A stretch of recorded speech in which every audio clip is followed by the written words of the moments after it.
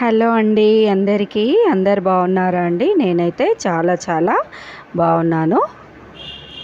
చూడండి, ఈరోజు నేను ఒక కొత్త ప్రాసెస్ మురుకులు అయితే చూపిస్తున్నాను ఫ్రెండ్స్.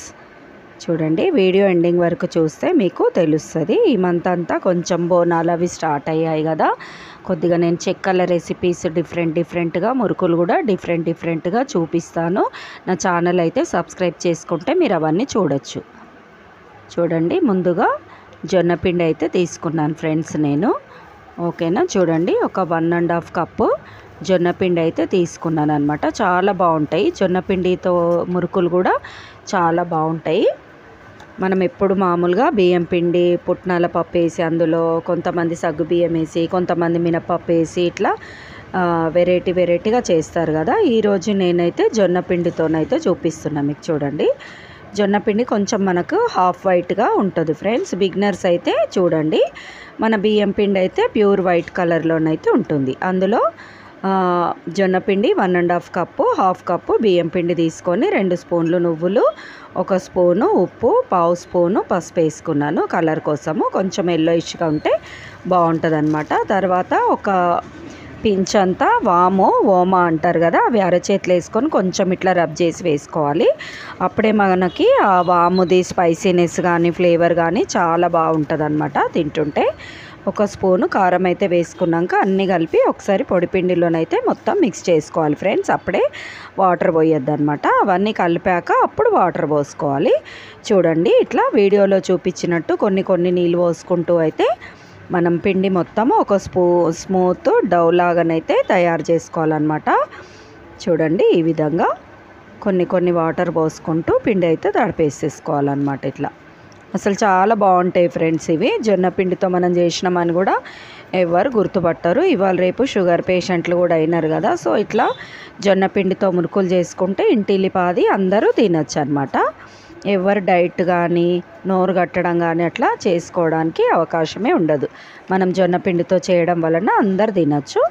ఓకేనా ఫ్రెండ్స్? చూడండి, ఈ విధంగానైతే కలిపేసుకోవాలి మొత్తము పిండి అంతా. చెక్కలలో కూడా చాలా వెరైటీస్ ఉన్నాయి ఫ్రెండ్స్. నేనైతే ఒక్కొక్కటి షేర్ చేస్తాను. సో ఎవరైనా ఛానల్ కొత్తగా చూస్తున్నట్టయితే సబ్స్క్రైబ్ చేసి పక్కకున్న బెల్ ఐకాన్ నొక్కితే మీకు నేను ఏ వీడియో పెట్టినా మీకు ఫస్ట్ మీకే వస్తుంది ఫ్రెండ్స్. అన్ని వీడియోలు మిస్ కాకుండా చూడొచ్చు అనమాట. ఓకేనా? చూడండి, ఈ విధంగానైతే తడిపేసుకోవాలి మనం పిండి.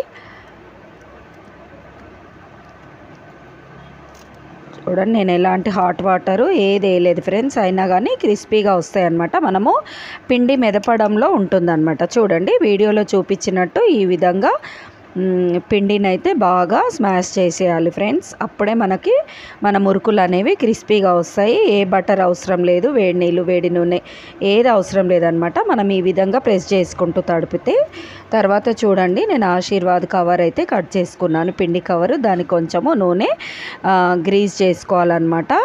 చూడండి, మళ్ళీ కేరళ మురుకుల గొట్టం అయితే తీసుకున్నాను ఫ్రెండ్స్ నేను. ఎందుకంటే ఈసారి కొంచెం వెరైటీగా స్టార్ మురుకులు అయితే ఒత్తుతున్నాను. చూడండి, ఇలా కొంచెం లేట్ అవుతుంది ఎందుకంటే నాకు అది కొద్దిగా చిన్నగా ఉంది, పిండి తక్కువ పడుతుంది ఫ్రెండ్స్.